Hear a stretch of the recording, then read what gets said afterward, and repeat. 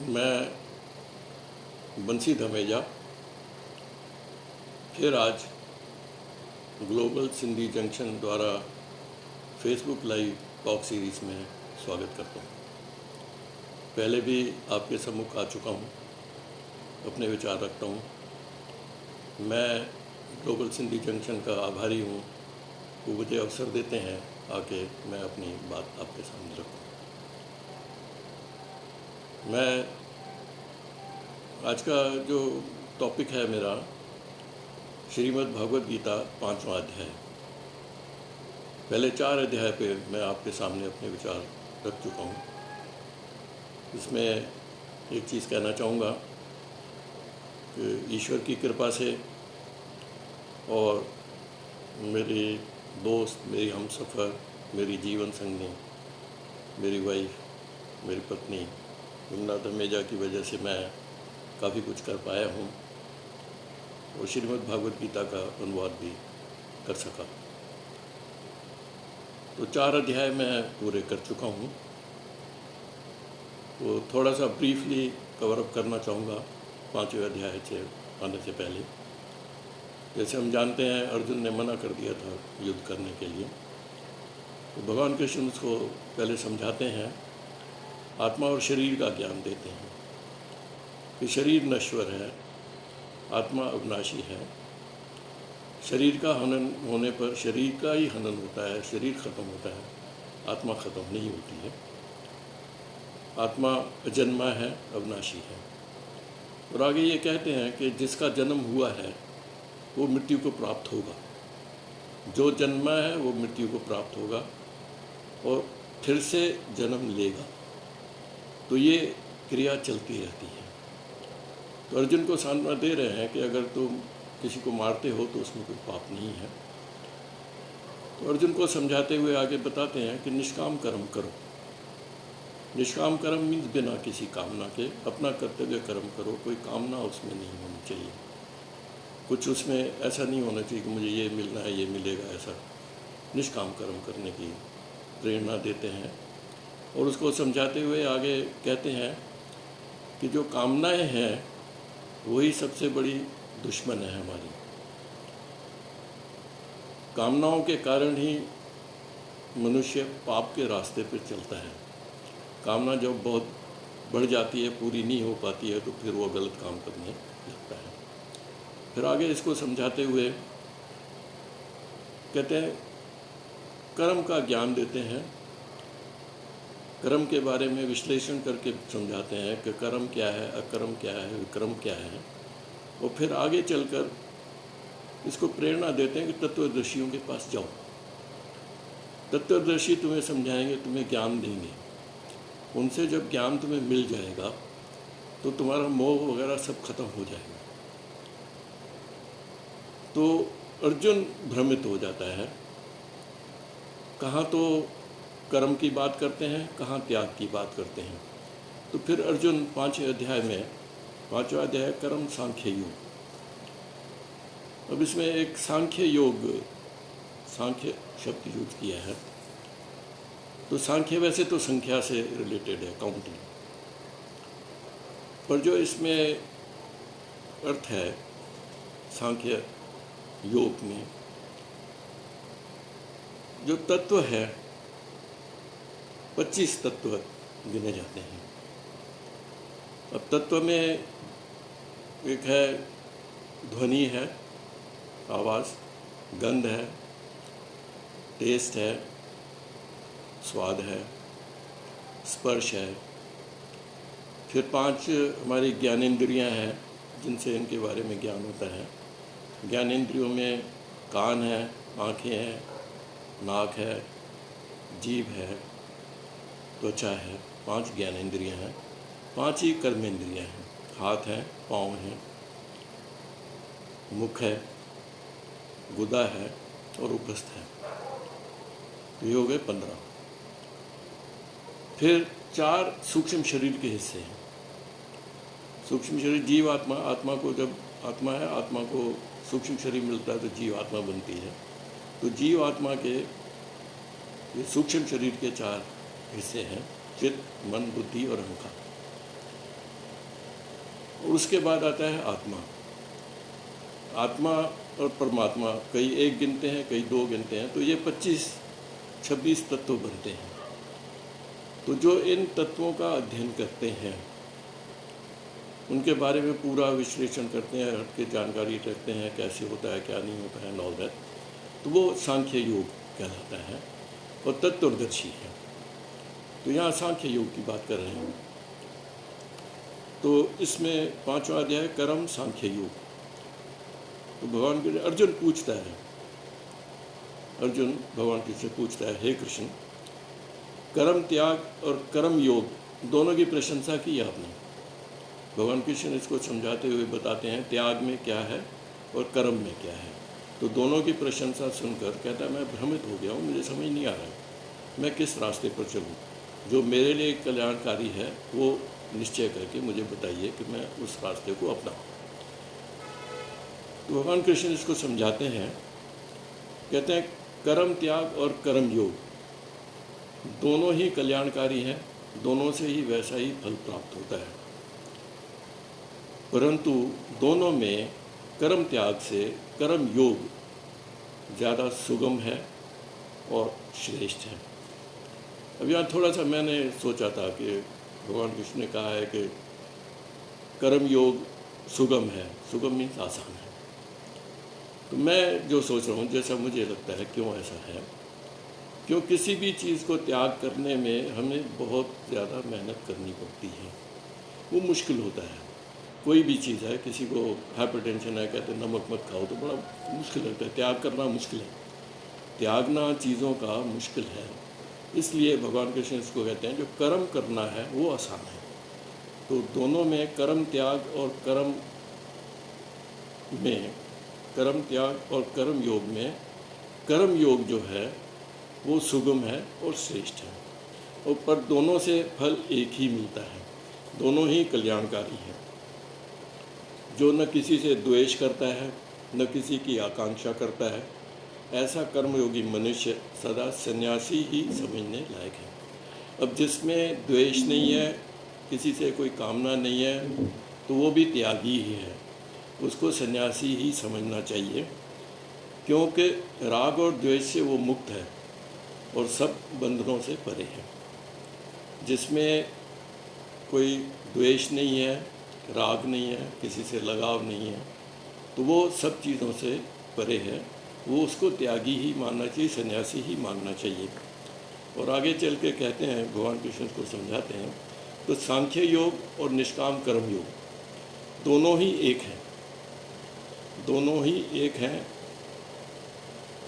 और दोनों से एक ही सा फल प्राप्त होता है, क्योंकि दोनों में से किसी एक में भी कोई भली प्रकार अगर स्थित है, निपुण है, तो वो दोनों से जो फल मिलना चाहिए उसको वो फल मिलता है और वो परमात्मा को प्राप्त होता है।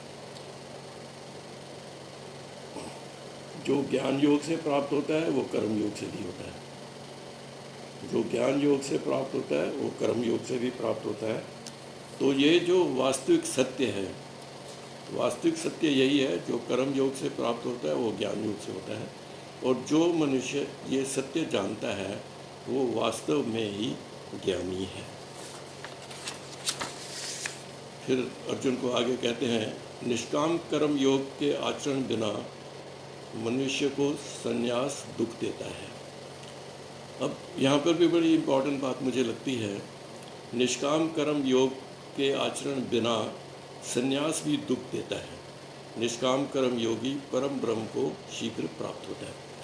अब इसमें अगर हम सन्यासी भी है कोई, उस सन्यासी को भी कोई कामना है, तो वो दुखी होगा, क्योंकि उसकी कामना हो सकता है वो पूरी ना हो।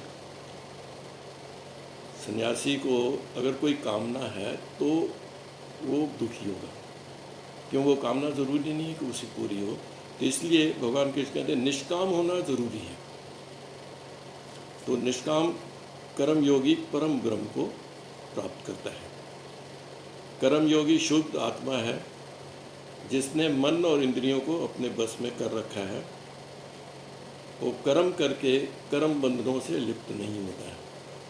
जिसका मन और कर्म इंद्रियां अपने बस में हैं, वो कर्म करने के बाद भी कर्म से लिप्त नहीं होता है, कर्म बंधन से नहीं बनता है।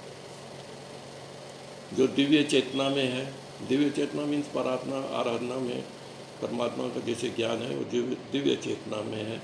वो सुनता है, सूंघता है, खाता है, पीता है, घूमता है, सोता है, कुछ भी कार्य करता है तो वो ऐसा सोचता है कि वास्तव में वो कुछ नहीं कर रहा है, कि इंद्रियां अपना अपना काम स्वयं कर रही हैं, वो उनसे अलग है। जो मनुष्य दिव्य चेतना में आ जाता है वो शरीर से अपने को अलग समझता है। तो शरीर अपना काम करता है, इंद्रियां अपना काम करती हैं, चाहे सोता है, खाता है, पीता है, बोलता है, कुछ भी करता है, तो वो क्योंकि वो उनसे अपने को खुद को अलग समझता है, तो वो दिव्य चेतना वाला मनुष्य ऐसा दिखता है।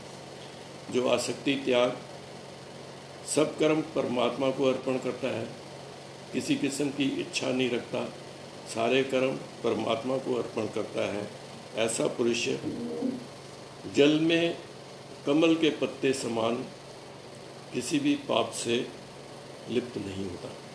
अब कमल का पत्ता पानी में रहता है तो पानी उसके ऊपर चिपकता नहीं है।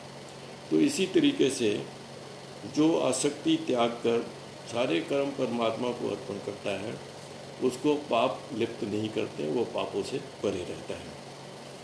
कर्मयोगी शरीर, मन, बुद्धि, इंद्रियों से निष्काम कर्म करते हुए इन सबके द्वारा केवल अपने अंतःकरण की शुद्धि के लिए काम करता है। कर्मयोगी शरीर, मन, बुद्धि, इंद्रियां इन सब से निष्काम कर्म करता है, वो अपने अंतःकरण की आत्मा की शुद्धि के लिए काम करता है। कर्मयोगी फल की इच्छा त्याग देता है और परम शांति प्राप्त करता है। जो योगी नहीं है वो कर्म फल की इच्छा रखता है और हमेशा बंधनों में बंधा रहता है। तात्पर्य ये है कि निष्काम कर्म करने के लिए अर्जुन को प्रेरित करते हैं और हम भी उसी अर्जुन की पोजीशन में हैं। हमारे अंदर भी अगर वो भावना डेवलप होती है तो हम भी काफ़ी कुछ आगे कर पाएंगे।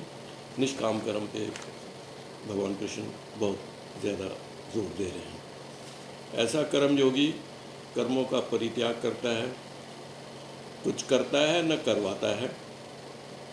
वो नव द्वार रूपी शरीर में कर्म त्याग आनंद से रहता है।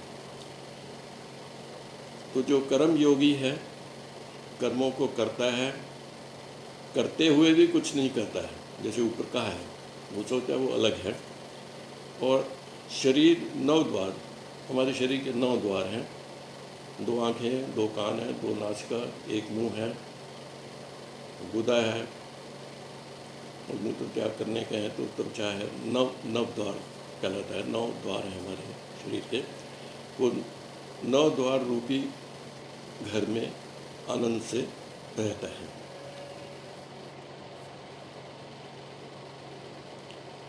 अब एक चीज़ और यहाँ पे बहुत ही इम्पोर्टेंट लगती है, जीव आत्मा न कर्तापन, न कर्मों की, न कर्म फल की रचना करता है, परंतु इन सब की रचना भौतिक प्रकृति से होती है। अब यहाँ अर्जुन को समझाते हैं कि जीव आत्मा न कर्मों की न कर्म फल की रचना करता है। कर्म फल क्या होगा, पीछे भी अर्जुन को कह चुके हैं, तुम्हारे अधिकार में सिर्फ अपना करते हुए कर्म है, वो फल पे अधिकार तुम्हारा नहीं है। तो फल की रचना जीव आत्मा नहीं करता है, ये भौतिक प्रकृति के द्वारा ही होता रहता है। और एक चीज़ और कह रहे हैं, भगवान किसी को किसी भी मनुष्य के पाप या पुण्य में अपने को शामिल नहीं करते हैं।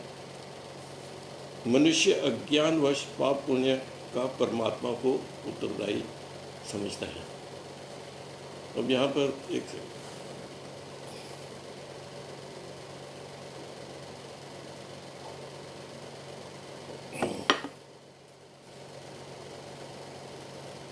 भगवान कृष्ण अर्जुन को कहते हैं, अज्ञानतावश मनुष्य पाप और पुण्य का परमात्मा को उत्तरदायी करता है। क्योंकि कई बार हमने भी देखा होगा, मैं क्या करूं, भगवान ने काम करा दिया, मेरा कोई काम नहीं है। ऊपर वाले ने किया तो मैंने कर दिया। मगर भगवान कृष्ण कहते हैं परमात्मा किसी भी मनुष्य के किसी भी काम में अपने को इन्वॉल्व नहीं करता है, वो शामिल नहीं करता है। और जो अज्ञानी है वो ऐसा समझते हैं, लेकिन जिनका दिव्य ज्ञान में स्वयं का अज्ञान नष्ट हो जाता है, उनमें सूर्य जैसा मन में प्रकाश होता है। जो दिव्य ज्ञान में स्थित है उनके मन में सूर्य जैसा प्रकाश रहता है, वो अंधकार से परे हो जाते हैं। जो मनुष्य बुद्धि और मन से परमात्मा की शरण ग्रहण करता है और जब वो परमात्मा के स्वरूप में पूर्ण श्रद्धा भाव से स्थित रहता है, तब वह तथ्य ज्ञान के द्वारा सभी पापों से शुद्ध होकर पुनर्जन्म को प्राप्त न होकर मुक्ति को प्राप्त करता है। अब जो मन और बुद्धि से परमात्मा की शरण ग्रहण करता है, परमात्मा के स्वरूप में पूर्ण श्रद्धा भाव से स्थित रहता है, वो तत्व ज्ञान द्वारा उसको तत्व ज्ञान हो जाता है। ये जितने तत्व 25 तत्व उसको ज्ञान हो जाता है। तत्व ज्ञान द्वारा सभी पापों से शुद्ध होकर पुनर्जन्म को प्राप्त न होकर मुक्ति को प्राप्त करता है। तो एक मुक्ति का साधन भगवान कृष्ण अर्जुन को बता रहे हैं, वो हमारे लिए भी है कि अगर पूर्ण विश्वास हो परमात्मा में और सारा काम परमात्मा के लिए ही अर्पण करके करें, तो हम पापों से मुक्त हो जाएंगे। हो सकता है हम पुनर्जन्म से भी मुक्त हो जाएं, दोबारा जन्म ना लें। वो सच्चे ज्ञान के आधार पर सबको समान दृष्टि से देखता है। अब जिसमें दिव्य ज्ञान आ जाता है उसके लिए सब बराबर है। वो सब में एक आत्मा, हर चीज़ में आत्मा है, उस रूप में देखता है। तो उसके लिए कोई ज्ञानी हो, ब्राह्मण है, गाय, हाथी, कुत्ता या कुत्ते को खाने वाला, सब एक समान देखता है, सबको एक समान देखता है। क्यों? दिव्य ज्ञान में जो स्थित है वो किसी में भी फर्क नहीं करता है। जो मन को समानता की दृष्टि में स्थापित किए रहता है, वो इस जीवन में ही जन्म और मृत्यु के चक्कर जीत लेता है। ब्रह्म समान निर्दोष होता है, परमात्मा ही स्थित रहता है। अब जिसके मन में समानता है, सबको एक दृष्टि से देखता है, वो जन्म और मृत्यु के चक्र को जीत लेता है, ब्रह्म समान निर्दोष हो जाता है, उसमें कोई दोष नहीं रहता और परमात्मा में ही स्थापित रहता है। तत्वज्ञानी न तो कभी किसी प्रिय वस्तु को पाकर खुश होता है, न अप्रिय वस्तु को पाकर विचलित होता है। वो स्थिर बुद्धि मोह रहित ब्रह्म ज्ञानी परमात्मा में ही स्थित रहता है। जिसको पूर्ण ज्ञान हो जाता है हर चीज़ का, तो उसका हर चीज़ से लगाव हट जाता है, उसको अच्छा और बुरा सब बराबर दिखते हैं। तो अगर उसको किसी प्रिय वस्तु को पाकर हर्षित नहीं होता, अप्रिय वस्तु को पाकर विचलित नहीं होता, क्योंकि ब्रह्म में स्थित रहता है। तत्वज्ञानी मनुष्य बाहरी इंद्रियों के सुख नहीं भोगता है। तत्वज्ञानी मनुष्य बाहरी इंद्रियों के सुख नहीं भोगता है, वो सदैव अपनी आत्मा में ही रमण करके सुख का अनुभव करता है और परमात्मा के ध्यान रूप योग में स्थित असीम आनंद भोगता है। अब जिनको पूर्ण ज्ञान हो जाता है, तो ये जो इंद्रियों के द्वारा जो सुख मिलते हैं उनसे वो दूर रहते हैं, वो नहीं भोगते हैं, वो अपने में ही आनंद में रहते हैं। हर एक की खुशी पाने की स्टेज अपनी अपनी होती है। किसी को कुछ मिल के खुश होता है, किसी को कुछ में होता है। वो अपने में ही इतने खुश रहते हैं, तो उनको ये जो इंद्रिय सुख से कोई लगाव नहीं रहता है, वो इसका भोग नहीं करते हैं। जो तत्वज्ञानी है परमात्मा को दिव्य दृष्टि से देखते हैं। फिर आगे अर्जुन को समझाते हुए कहते हैं,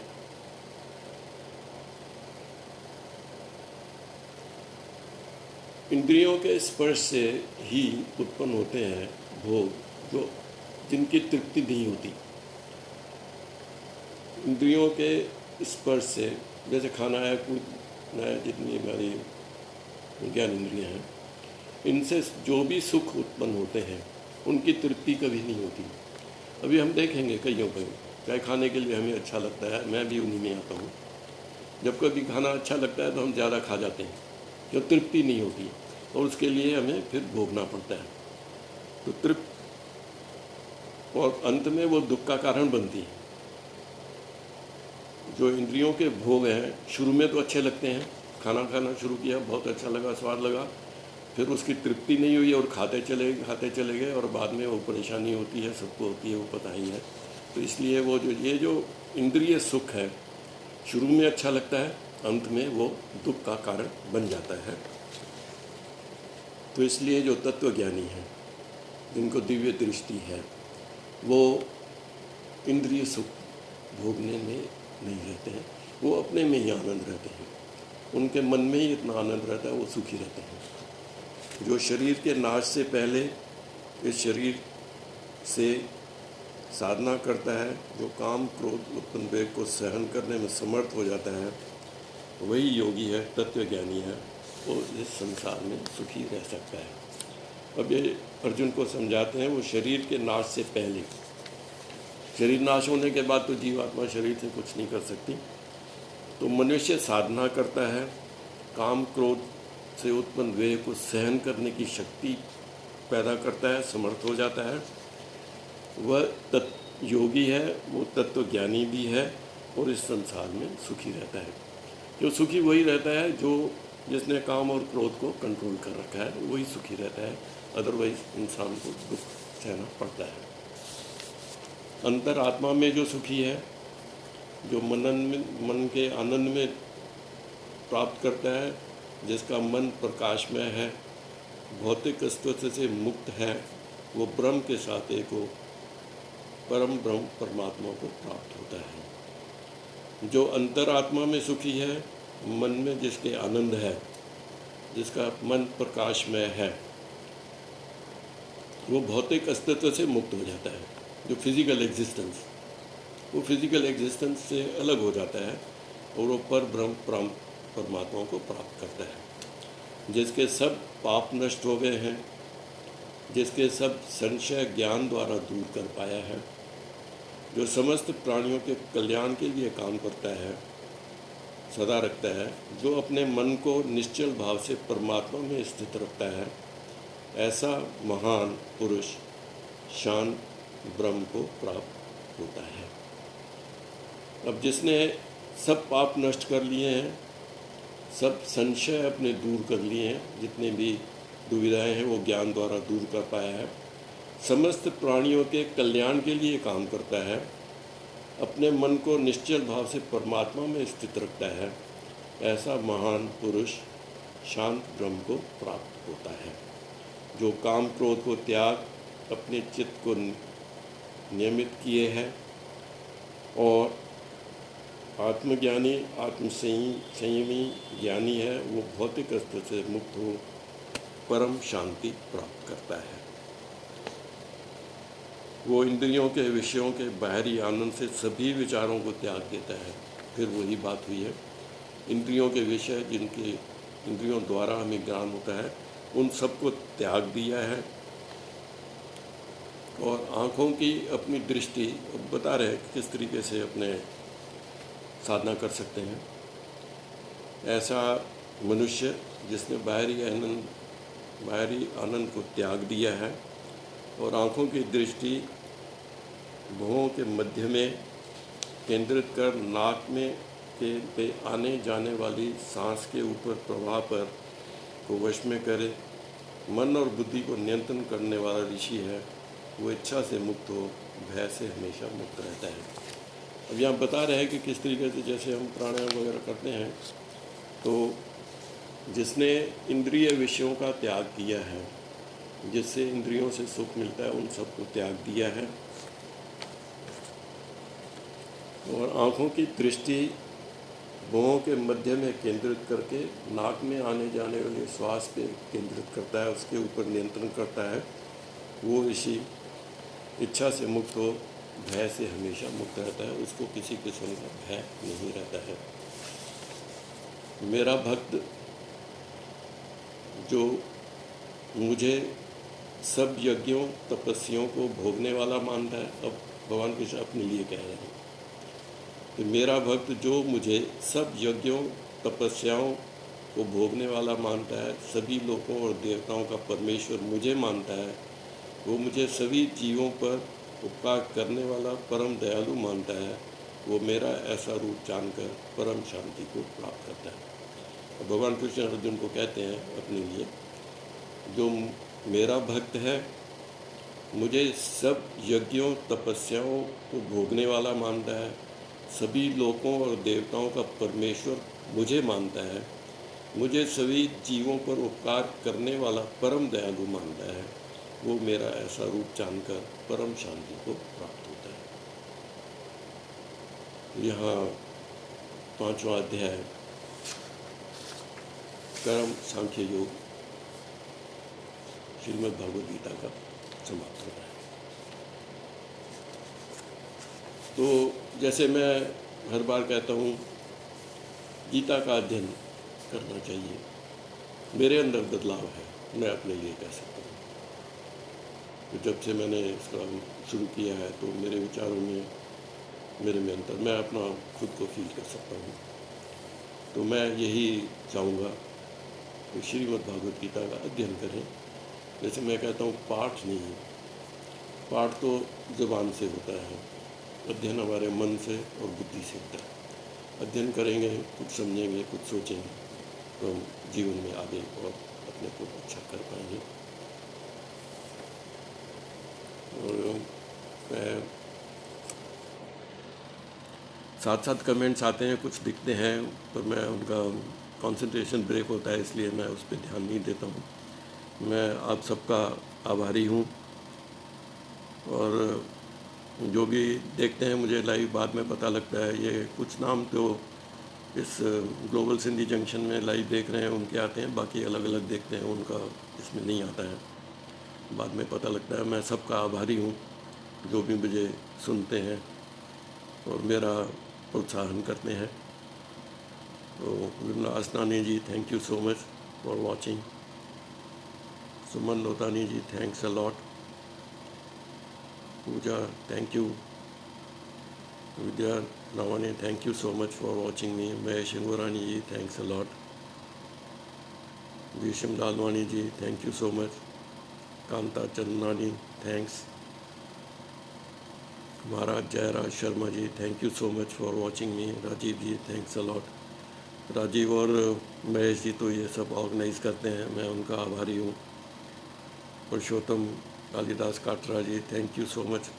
आप लोग आते हैं, नए नए नाम दिखते हैं, मुझे अच्छा लगता है। फ्रैंकली स्पीकिंग लगता है शायद कुछ मैं सही कुछ काम कर रहा हूँ। Meena Thakur ji, thank you so much. Rajiv ji, Vidya again, बहुत सारे कमेंट्स हैं, बार बार हैं। Reshma ji, thank you so much for watching me. And मैं फिर बाद में देखूंगा, जवाब दूंगा और कुछ प्रयास करूंगा अगले हफ्ते फिर आपके सामने, यही नेक्स्ट संडे, आई थिंक जनवरी 31 को, 24 है 31 को, वही 5 बजे फिर आपके सामने छठे अध्याय पे कुछ आकर बोलूँगा। फिर एक चीज़ कहना पाऊँगा, मैं ज्ञानी नहीं हूँ, मैंने कुछ सोच समझ के समझने की कोशिश की है और अपने विचार आपके सामने रखता हूँ। मेरे विचार औरों से भिन्न हो सकते हैं, तो अगर कोई त्रुटि समझ में आती है, अगर मुझे बताएंगे तो मेरे लिए भी अच्छा होगा, मैं अपने को इम्प्रूव करूँगा। और मुझे क्षमा करना कहीं पे गलत कुछ मैं बोलता हूँ तो, कि मेरा प्रयास यही है, भगवान की वाणी है, जिसमें मेरी तरफ से कोई त्रुटि नहीं होनी चाहिए। तो जैसा फिर भी प्राणी हूँ, मनुष्य हूँ, गलतियाँ हो सकती हैं। तो फिर मैं मिलूँगा आपसे अगले हफ्ते संडे, यही 5 बजे फिर मुलाकात होगी। Thank you so much, thank you, God bless you, thank you, thank you.